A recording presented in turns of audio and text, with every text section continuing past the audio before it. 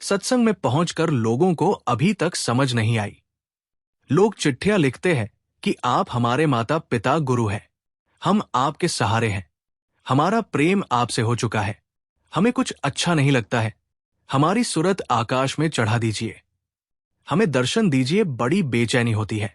चिट्ठियां लिखकर और उत्तर मांगकर महापुरुषों को परेशान करते हैं। जो रास्ता दया करके 2 घंटा साधन का बताया है, इसमें इनका मन 15 मिनट भी नहीं लगता है और बैठते भी नहीं है। जब उनके पास जावें और कहें कि आप साधन पर नहीं बैठते हो, तो कहते हैं कि बहुत गर्मी लगती है, पहले 15 मिनट बैठा करता था। हमें अंतर में शब्द की गुनगुनाहट हुआ करती थी, आगे पता नहीं चला, इस वजह से 15 मिनट बैठना भी छोड़ दिया है। अब आप ऐसी कृपा करें कि अंतर में एकदम सूरत चढ़ जावे और अंतर का रस पा जावे।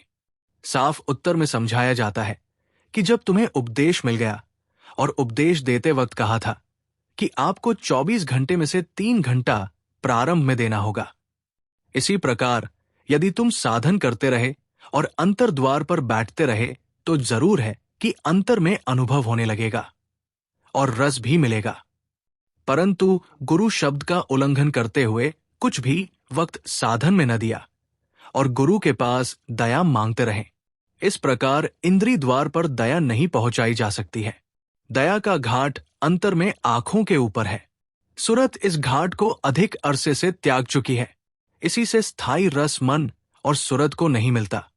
हमारा मन स्त्री में लगा रहता है, हमारा मन जो बच्चे पैदा हमने किए हैं उसमें लगा रहता है, हमारा मन अपने रिश्तेदारों में लगा रहता है, हमारा मन जाति बंधन के साथ बंधा रहता है, हमारा मन अपने अर्थ स्वार्थ के लिए कितना मेहनत करता है, इन सब के साथ हमारा प्यार रहता है।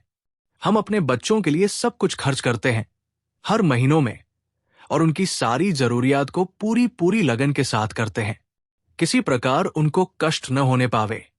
तन भी लगाया, मन भी लगाया, धन भी लगाया, समय खर्च किया। जो मूल्यवान चीज है वो सब तो हमने इनके साथ खर्च किया। अब हम विचार करते हैं कि जो अमूल्य स्वांस थी वो तो यहां इस प्यार में लगा दी, अब कौन सी स्वांस है जो आपने गुरु की सेवा में खर्च की।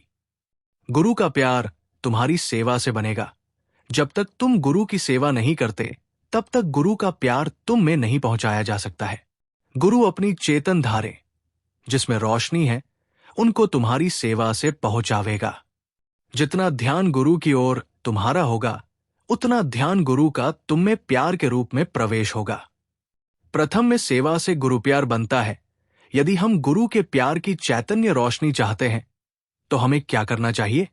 यदि हमारे 5 बच्चे हैं तो 6 बच्चे मान लेना होगा। जितना प्यार 5वें हिस्से में आवे उतना प्यार हमको गुरु के साथ करना होगा और 5वां हिस्सा सेवा भी करनी होगी। गुरु की सेवा से मोह कम हो जाएगा और अंधकार नष्ट होगा। बगैर गुरु की सेवा अंधकार अज्ञान नष्ट नहीं हो सकता है। अब हमको पता चला होगा कि स्त्री और बच्चों व कुटुंबियों की सेवा करने में हमें क्या मिलता है। इनकी सेवा से आत्म रोशनी नहीं मिलेगी। अब तुलना की जावे तो गुरु को एक रत्ती भर भी नहीं मानते हैं, केवल अपने स्वभाव बस कहते हैं। हमारी आदत कहने की पड़ गई, हम कहना छोड़ते नहीं और गुरु बनावट पर रीझते नहीं। आत्म रोशनी का पिता पाकर यदि तुम उनकी सेवा से आत्म रोशनी न पा सके तो बड़ा अफसोस रहेगा। गुरु अंतर में बैठा है, तुम गुरु के दरवाजे पर नहीं जाते हो। अफसोस है कि इतना सत्संग सुनाया कि अंतर में चलो और द्वार पर ही बैठ जाओ, पर एक नहीं सुनना। तुम्हें आंखों के दरवाजे पर बैठना होगा। उसी दरवाजे पर गुरु अपनी रोशनी लेकर खड़ा है और तुमको बुला रहा है।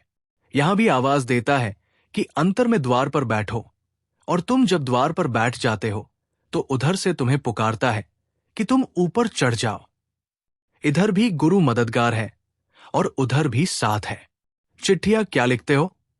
अंतर और बाहर का गुरु यही कहता है कि 3 घंटा साधन में बैठो और कम खाओ, कम सो और कम बात करो। इंद्रिय विकारों को रोको और 2 महीना ब्रह्मचर्य का पालन करो, ताकि शरीर में सुस्ती न आवे और मन लगाकर भजन कर सको, ताकि तुम्हें अंतर का रस मिल जावे। अफसोस, लेकिन एक भी बात नहीं सुनना। 1000 दफा अनुभव किया होगा और रस नहीं पाया, पर आदत से लाचार है। ब्रह्मचर्य का पालन नहीं करना, शरीर में सुस्ती रहती है, काम रहेगा, क्रोध रहेगा, लोभ रहेगा, मोह जरूर आएगा और साधन में 15 मिनट भी नहीं बैठ सकेगा। गुरु से प्यार करना चाहते हो तो इतनी बातें जरूर माननी होगी। सेवा करनी होगी जितना हम अपने बच्चों की करते हैं। ब्रह्मचर्य का पालन 2 माह तक करना होगा। 3 घंटा साधन जरूर करना है 24 घंटों में से। इसके बाद आप अपने पत्र में अपनी भूल लिखें और दया मांगे। दया काम करती है और पहुंचाई भी जा रही हो, और उस पर भी कहा जाता है कि दया दीजिए। कितनी बड़ी भूल और भ्रांति है। गुरु अपने वचनों में कहता है कि दया के लिए आया हुआ हूं। अंतरात्मा और परमात्मा की रोशनी हो रही है, उसे तुम पालो। गुरु हिदायत से रास्ता चलता है। रास्ते के दिखाने वाले गुरु हैं। रास्ते का उत्साह पैदा गुरु करते हैं। जैसे एक व्यापारी किसी अजनबी आदमी से कहता है कि तुम व्यापार करो, इसमें बहुत मुनाफा होगा। रास्ता बताता है, उत्साह भी पैदा करता है। तब अजनबी आदमी उस व्यापार को करना शुरू करता है। काम करते समय उसे कुछ लाभ का अनुमान प्रतीत होता है। अभी लाभ हुआ नहीं है, परंतु अनुमान होता है कि जरूर लाभ होगा। इसी लाभ को विश्वास कहते हैं। गुरु के ऊपर पूरा विश्वास करना होगा। जो वह कहता है उस पर विश्वास होना जरूरी है, पर कर्म करेंगे तब उसका लाभ मालूम होगा। सच्चे सत्यलोक अविनाशी निवासी पुरुष की विभूतियां हमेशा से आती रहीं, जो कि सोई हुई सुरतों में संस्कार डालती रहीं और आज भी डाल रही है।